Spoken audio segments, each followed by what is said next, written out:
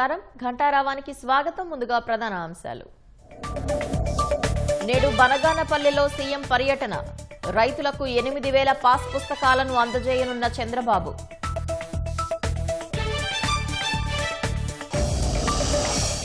కళ్ళాపిపొడిలో ప్రమాదకరమైన రసాయనాలు గుర్తింపు ప్రొద్దుటూరులో 5 తయారీ యూనిట్లు సీజ్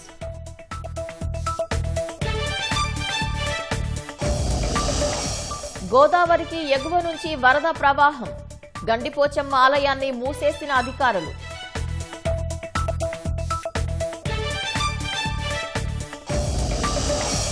ఆస్ట్రేలియా ప్రధాని యాంథోనీ ఆల్బనీస్తో ప్రధాని మోదీ భేటీ రక్షణ భద్రతా పెట్టుబడులకు ద్వైపాక్షిక సహకారంపై చర్చ ఇరాన్పై క్షిపణులతో విరుచుకుపడుతున్న అమెరికా అత్యంత ఘోరమైన రీతిలో ప్రతీకారం తీర్చుకుంటామన్న టెహ్రాన్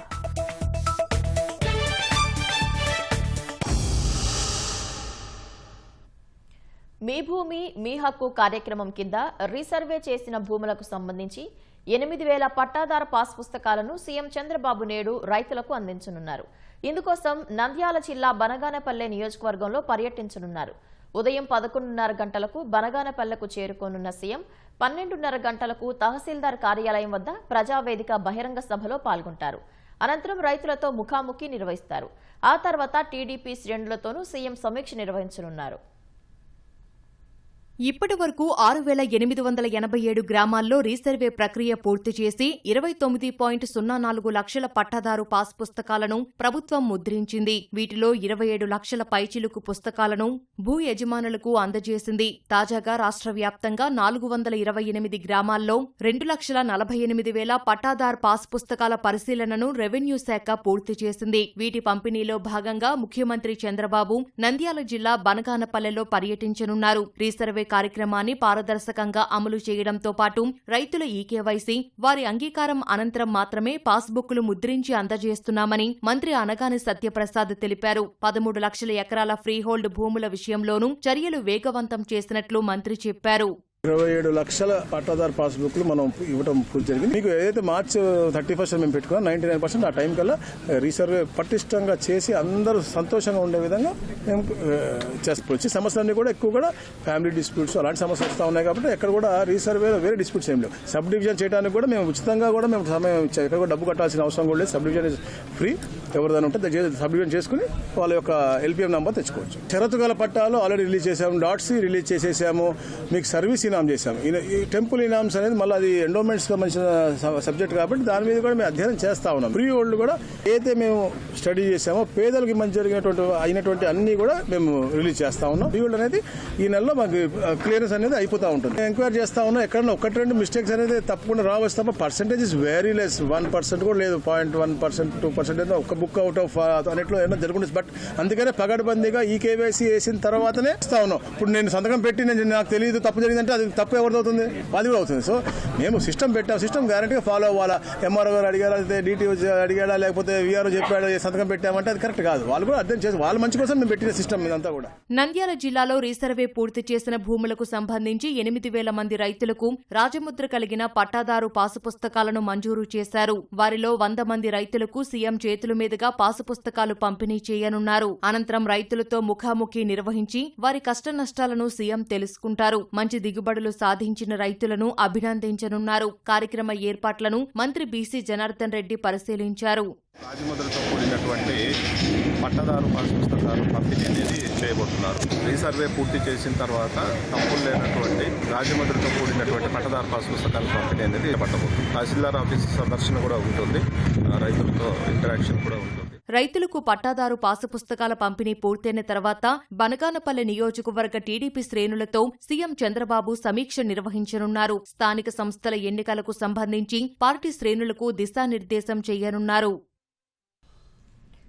నంద్యాల జిల్లా బేతంచెర్ల మండలం గూటుపల్లి గ్రామంలోని 2074 ఎకరాలను నిషేధిత భూముల జాబితా నుంచి తొలగిస్తూ ప్రభుత్వం కీలక నిర్ణయం తీసుకుంది. వైసీపీ హయాంలో ఇబ్బంది పడిన రైతుల పక్షాన కూటమి ప్రభుత్వం నిలిచింది. మొత్తం 142 సర్వే నెంబర్లకు చెందిన భూముల్ని నిషేధిత భూముల జాబితా నుంచి తొలగిస్తూ ఉత్తర్వులు జారీ చేసింది. దీంతో సుమారు 1000 మంది రైతులకు భారీ లబ్ధి చేకూరనుంది. వీరిలో కొందరు రైతులు సీఎం చంద్రబాబును నేడు బనగానపల్లెలో కలవనున్నారు. నంద్యాల జిల్లా బేతంచెర్ల మండలం గూటుపల్లి గ్రామంలోని 2074.59 ఎకరాలను వక్ఫ్ బోర్డు నుంచి లేఖ వచ్చిందంటూ అప్పట్లో అధికారులు ఏకపక్షంగా నిషేధిత భూముల జాబితాలోకి చేర్చారు. ఫలితంగా రైతులు తీవ్ర ఇబ్బందులు పడ్డారు. కుటుంబ అవసరాలకు వీలుగా క్రయ విక్రయాలు చేయడానికి, కనీసం రుణం తీసుకోవడానికి వారికి అవకాశం లేకుండా పోయింది. చివరకు ప్రభుత్వం ఇచ్చే పెట్టుబడి సాయం కూడా అందక తీవ్రంగా నష్టపోయారు. భూములు సాక్షాత్తు నాడు ఉమ్మడి కర్నూలు జిల్లాలో చక్రం తిప్పిన బుగ్గన రాజేంద్రనాథ్ రెడ్డి నియోజకవర్గ పరిధిలోనే ఉన్నాయి. పైపెచ్చు ఆయన సొంత మండలం కూడా బేతంచెర్లే. దీంతో ఆయనకు మొరపెట్టుకున్నా, నమ్మకం పెట్టుకుని ఎదురు చూసినా పట్టించుకోలేదు.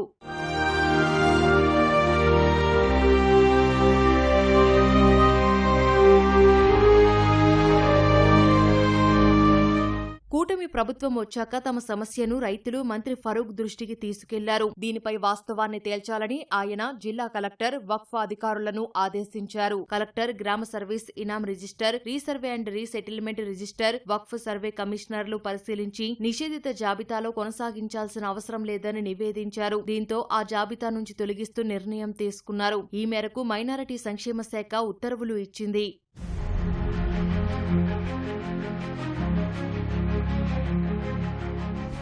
గూటుపల్లి గ్రామంలో మరో 613.84 ఎకరాలకు సంబంధించిన 74 సర్వే నంబర్లపైన ఇదే వివాదం నడుస్తోంది. వాటిని మరింతగా పరిశీలించాల్సిన అవసరం ఉందంటూ నిషేధిత జాబితాలోనే ఉంచాలని బోర్డు తీర్మానం చేసి నివేదించింది. అవి 22A కొనసాగనున్నాయి. ఇవే కాకుండా దేవాదాయ శాఖకు చెందిన భూములు ఆ శాఖ ఆస్తులుగానే 22A కొనసాగుతాయని కలెక్టర్ నివేదించారు.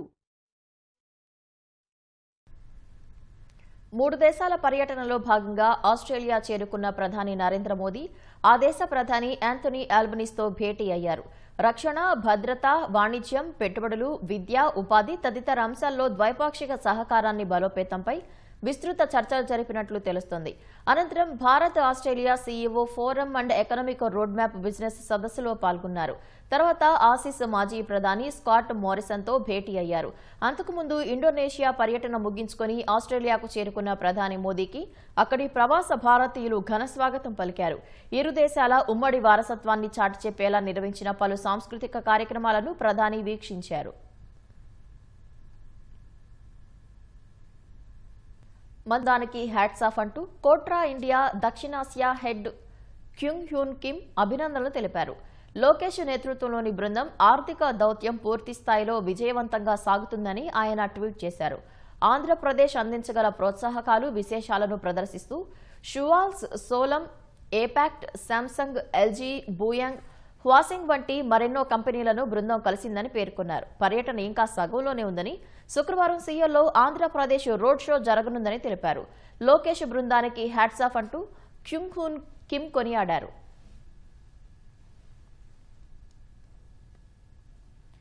ఏఐ టెక్నాలజీతో అత్యాధునిక కమాండ్ కమ్యూనికేషన్ సెంటర్ ఏర్పాటు చేశామని మంత్రి నారాయణ అన్నారు. అమరావతి రాయపూడిలో మున్సిపల్ శాఖ ఆధునికీకరించిన కమాండ్ కమ్యూనికేషన్ సెంటర్ను ఆయన ప్రారంభించారు. సచివాలయంలో ఉన్న సీసీసీను రాయపూడిలోని మున్సిపల్ శాఖ ప్రధాన కార్యాలయంలోకి మార్చారు. 123 మున్సిపాలిటీల సేవలను ఒకే కేంద్రం నుంచి పర్యవేక్షిస్తామన్నారు. ప్రజలకు వేగవంతమైన, నాణ్యమైన మున్సిపల్ సేవలు అందించడమే ఈ కమాండ్ కమ్యూనికేషన్ సెంటర్ లక్ష్యమని మంత్రి నారాయణ తెలిపారు. ఈ కార్యక్రమంలో మున్సిపల్ శాఖ ముఖ్య కార్యదర్శి సురేష్ కుమార్, డైరెక్టర్ సంపత్ కుమార్ పాల్గొన్నారు.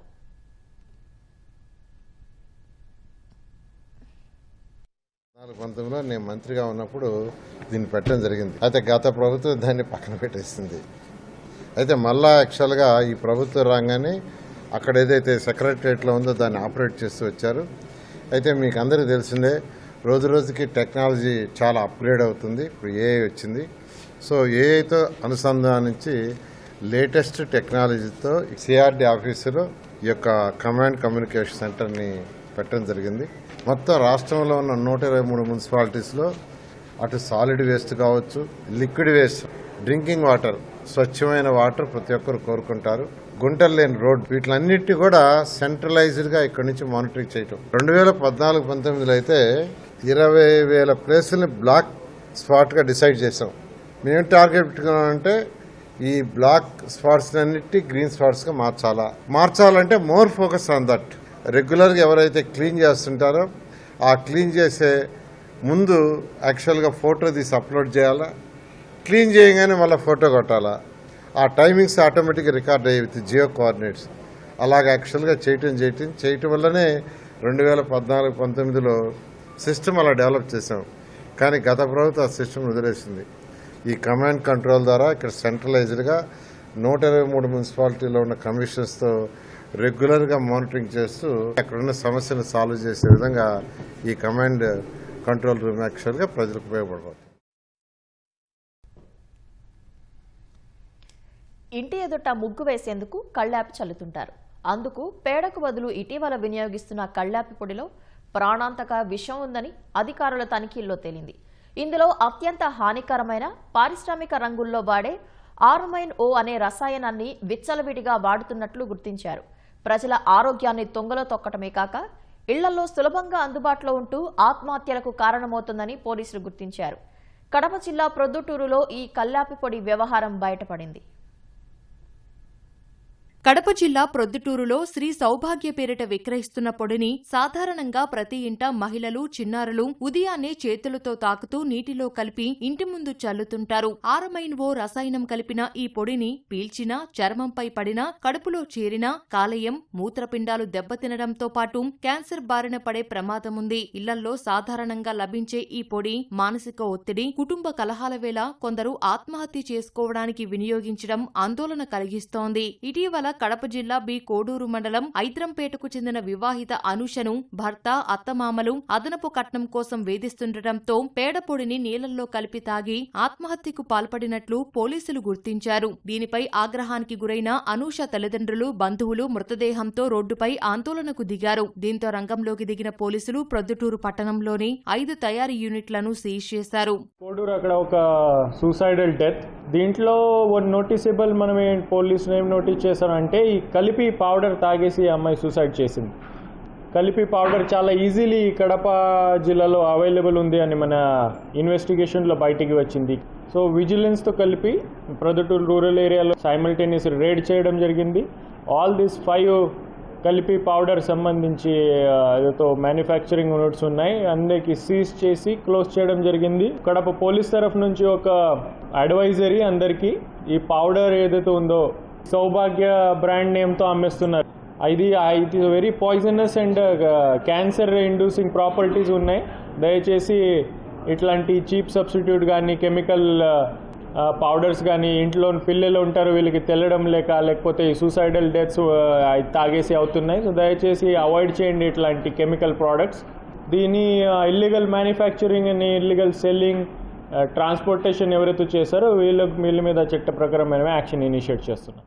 ఒక్క కడప జిల్లాలోనే ఏడాదిన్నర వ్యవధిలో ఈ పొడి కలిపిన నీళ్లు తాగి ఏకంగా 19 మంది ఆత్మహత్యకు పాల్పడ్డారు. ఈ పరిస్థితుల్లో కేవలం కడప జిల్లానే కాకుండా ప్రతి జిల్లాలోని హోల్సేల్, రీటైల్ మార్కెట్లలో తనిఖీలు చేపట్టాలని ప్రజా సంఘాలు కోరుతున్నాయి. ఆరమైన్ ఓ వంటి పారిశ్రామిక రసాయనాలు అక్రమంగా పౌడర్ తయారీ పరిశ్రమలకు ఎలా సరఫరా అవుతున్నాయో మూలాలను ఛేదించాలని విజ్ఞప్తి చేస్తున్నాయి. ప్రజల ప్రాణాలతో చెలగాటమాడుతున్న వ్యాపారులపై క్రిమినల్ కేసులు పెట్టాలని కోరుతున్నారు.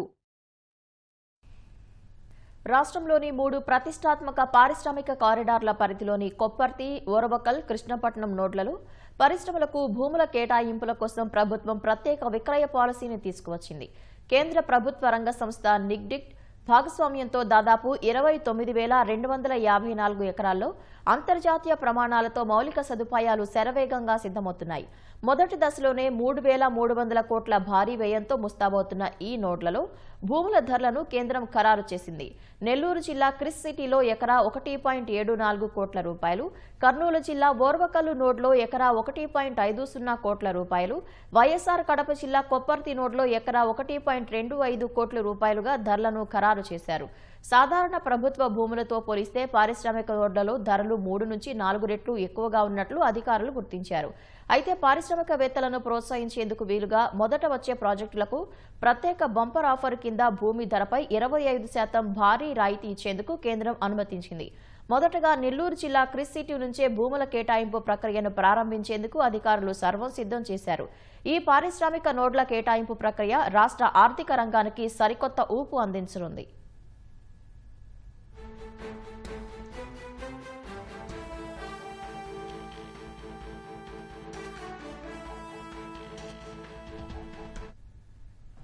ఉప ముఖ్యమంత్రి పవన్ కళ్యాణ్ హస్తకళాకారులకు ఇచ్చిన హామీని మరుసటి రోజుకే నిలబెట్టుకున్నారు. ఏపీ హస్తకళా మహోత్సవం ప్రారంభ కార్యక్రమంలో కళాకారుల ఆరోగ్య పరిరక్షణకు చర్యలు తీసుకుంటామని పవన్ మాట ఇచ్చారు. దానికి అనుగుణంగా బుధవారం క్లస్టర్ల వారీగా వైద్య శిబిరాలు ఏర్పాటు చేయించారు. నరసాపూర్ 105 మంది లేస్ కళాకారులకు పరీక్షలు నిర్వహించగా 37 మందికి కంటి సంబంధిత సమస్యలు ఉన్నట్లు నిర్ధారించారు. అందులో 16 మందికి కళ్లలో శుక్లాలు ఉన్నట్లు వైద్యులు గుర్తించారు. అవసరమైన వారికి వైద్యారోగ్య శాఖ సహకారంతో శస్త్రచికిత్స చేయించేందుకు ఏర్పాట్లు చేస్తున్నారు. చిన్నపాటి దృష్టిలోప సమస్యలు ఉన్న 21 మందికి కళ్లజోళ్లు ఇచ్చారు. శ్రీకాళహస్తిలో 53 మంది కలంకారీ కళాకారులకు వైద్య పరీక్షలు నిర్వహించారు. మరోవైపు హస్తకళా మహోత్సవం సందర్భంగా నరసాపురం నియోజకవర్గం పసలదేవికి చెందిన మహాలక్ష్మి తనకు నేత్ర సంబంధిత ఇబ్బందులు వస్తున్నాయని పవన్ దృష్టికి తీసుకెళ్లారు.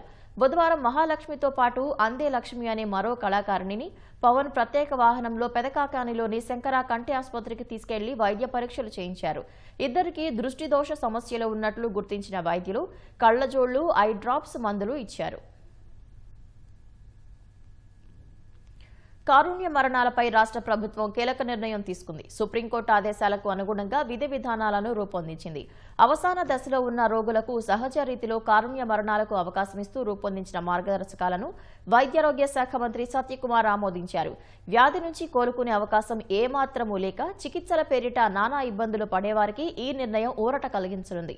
మార్గదర్శకాలను పక్కాగా అమలు చేయడానికి director of medical education, director of secondary health, జిల్లా స్థాయిలో డిఎంహెచ్ఓలను ప్రభుత్వం బాధ్యులను చేసింది.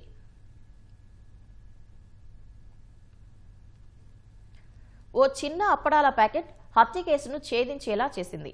2 నిందితులను పట్టించింది.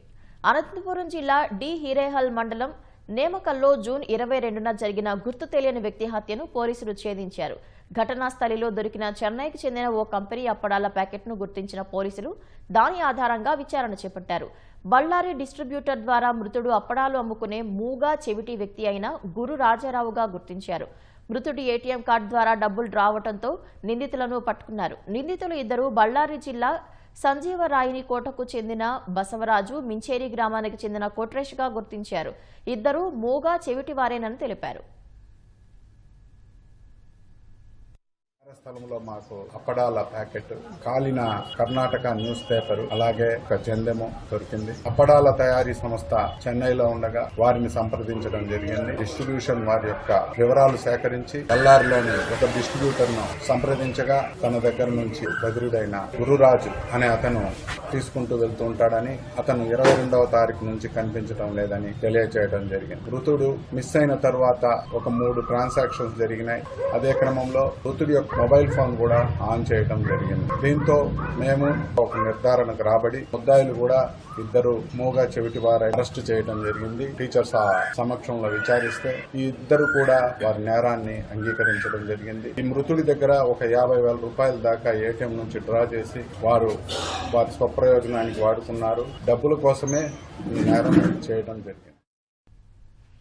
గోదావరికి ఎగువ నుంచి వరద ప్రవాహం కొనసాగుతుంది. వరద నీటితో నది జలకళ సంతరించుకుంది. వరద నీటి రాకతో దేవీపట్నం మండలంలోని గండిపోచమ్మ ఆలయం నేట మునిగింది. గండిపోచమ్మ అమ్మవారి పాదాలను గోదారమ్మ తాకింది. వరద తాకిడితో ఆలయాన్ని అధికారులు మూసివేశారు.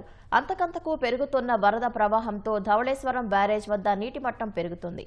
బ్యారేజ్ గేట్లను ఎత్తి 86,254 క్యూసెక్కుల మిగులు జలాలను సముద్రంలోకి అధికారులు విడుదల చేస్తున్నారు. బ్యారేజ్ వద్ద 10.90 అడుగుల నీటి మట్టం కొనసాగుతోంది.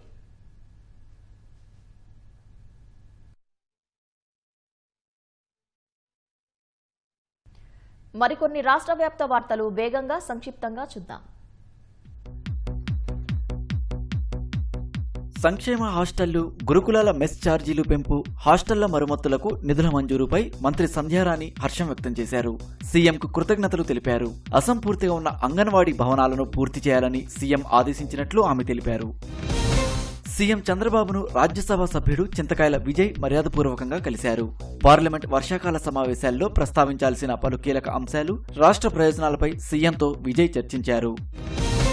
మంత్రి నారాయణ తన సొంత నిధులతో నెల్లూరు కార్పొరేషన్ పరిధిలోని ప్రభుత్వ పాఠశాలల్లోని 7,000 మంది విద్యార్థులకు ఉచితంగా సైకిళ్లు అందజేయనున్నారు. ఈ నెల 14న ఈ కార్యక్రమం ఉంటుందని నెల్లూరు డిప్యూటీ మేయర్ రూప్ కుమార్ యాదవ్ ప్రకటించారు.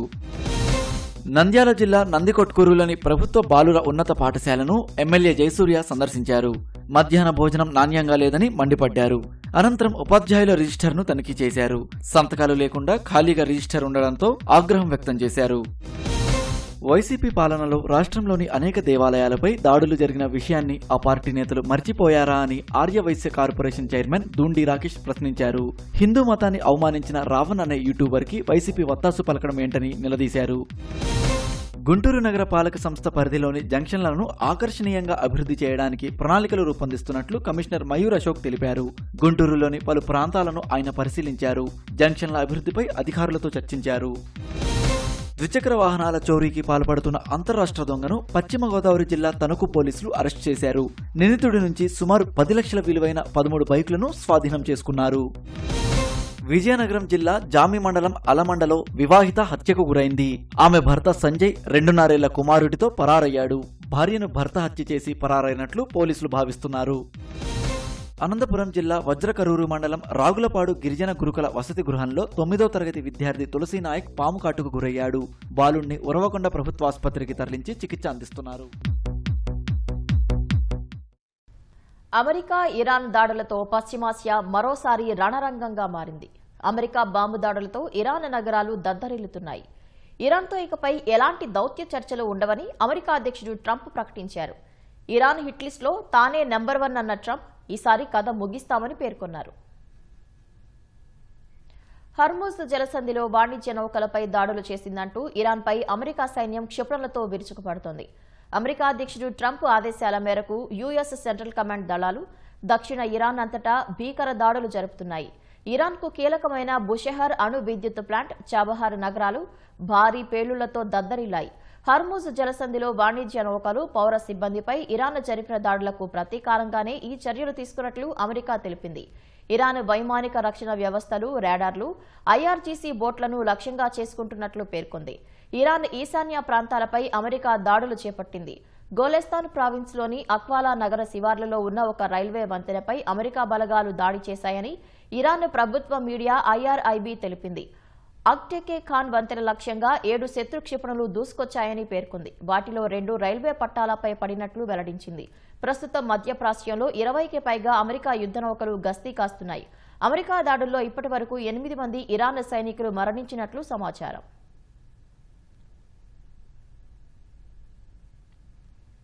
ఇరాన్ దాడులతో గల్ఫ్ దేశాల్లో సైరన్లు మోగుతున్నాయి. కువైట్, బహ్రెయిన్, ఖతార్లలో ఈ ఉదయం నుంచే ప్రజలను అప్రమత్తం చేస్తూ ప్రమాద హెచ్చరిక సైరన్లు మోగాయి. పౌరులంతా ఇళ్లలోనే సురక్షితంగా ఉండాలని అధికారులు విజ్ఞప్తి చేశారు. ప్రస్తుతానికి ఈ 3 గల్ఫ్ దేశాల్లో సంభవించిన ప్రాణ, ఆస్తి నష్టంపై అధికారికంగా ఎలాంటి సమాచారం లేదు. తమ వైపు వస్తున్న డ్రోన్లు, క్షిపణులను విజయవంతంగా అడ్డుకుంటున్నట్లు కువైట్ సైన్యం ప్రకటించింది. 2 బ్యాలిస్టిక్ క్షిపణులు, 13 డ్రోన్లను విజయవంతంగా అడ్డుకున్నట్లు కువైట్ వెల్లడించింది.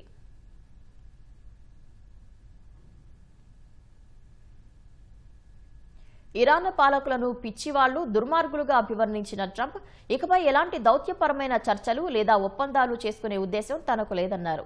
చర్చల పేరుతో సమయం వృధా చేయదలుచుకోలేదని, ఈసారి ఆ దేశానికి చెక్ పెట్టి పని ముగిస్తామని హెచ్చరించారు. అవసరమైతే ఇరాన్ పౌర మౌలిక సదుపాయాలైన పవర్ గ్రిడ్లు, వాటర్ ప్లాంట్లతో పాటు కర్గ్ ఐలాండ్ను స్వాధీనం చేసుకుంటామని హెచ్చరించారు. ఇరాన్ 1-2 నౌకలపై దాడి చేస్తే తాము 10 రెట్లు బలంగా బుద్ధి చెప్పామన్నారు. ఈ ఘర్షణలు చాలా వేగంగా ముగిసిపోతాయని, భవిష్యత్తులో చమురు రవాణా స్వేచ్ఛగా, సురక్షితంగా సాగుతుందని ధీమా వ్యక్తం చేశారు. ఇదే సమయంలో ఇరాన్ హిట్ లిస్టులో తానే నెంబర్ 1 టార్గెట్గా ఉన్నానని ట్రంప్ సంచలన వ్యాఖ్యలు చేశారు. అయితే ఇరాన్ బెదిరింపులను తాను అస్సలు పట్టించుకోనని తేల్చి చెప్పారు. ఇరాన్తో కాల్పుల విరమణ ఒప్పందం ముగిసినప్పటికీ ఈ ఉద్రిక్తతలు పూర్తిస్థాయి యుద్ధానికి దారి తీయవని ట్రంప్ స్పష్టం చేశారు. It's a very dangerous profession. No, I'm number 1 on the kill list for Iran. They're lovely people. I'm number 1. So I don't know. I can't tell you that, but I don't really care because I'm doing my job and I'm doing it, I hope, better than anybody's ever done it because we have a country that's hot and really, really successful. But I mention it only because it's on the list. I mean, it came out. There was another list came out yesterday and I'm number 1 on, I like being number 1 on TikTok better. But I'm number 1 on the list for killing. America దాడులపై Iran జాతీయ భద్రతా మండలి తీవ్రంగా స్పందించింది. తాము అత్యంత ఘోరమైన రీతిలో ప్రతీకారం తీర్చుకుంటామని, ప్రపంచంలో ఎక్కడున్నా అమెరికన్లకు రక్షణ లేకుండా చేస్తామని హెచ్చరించింది.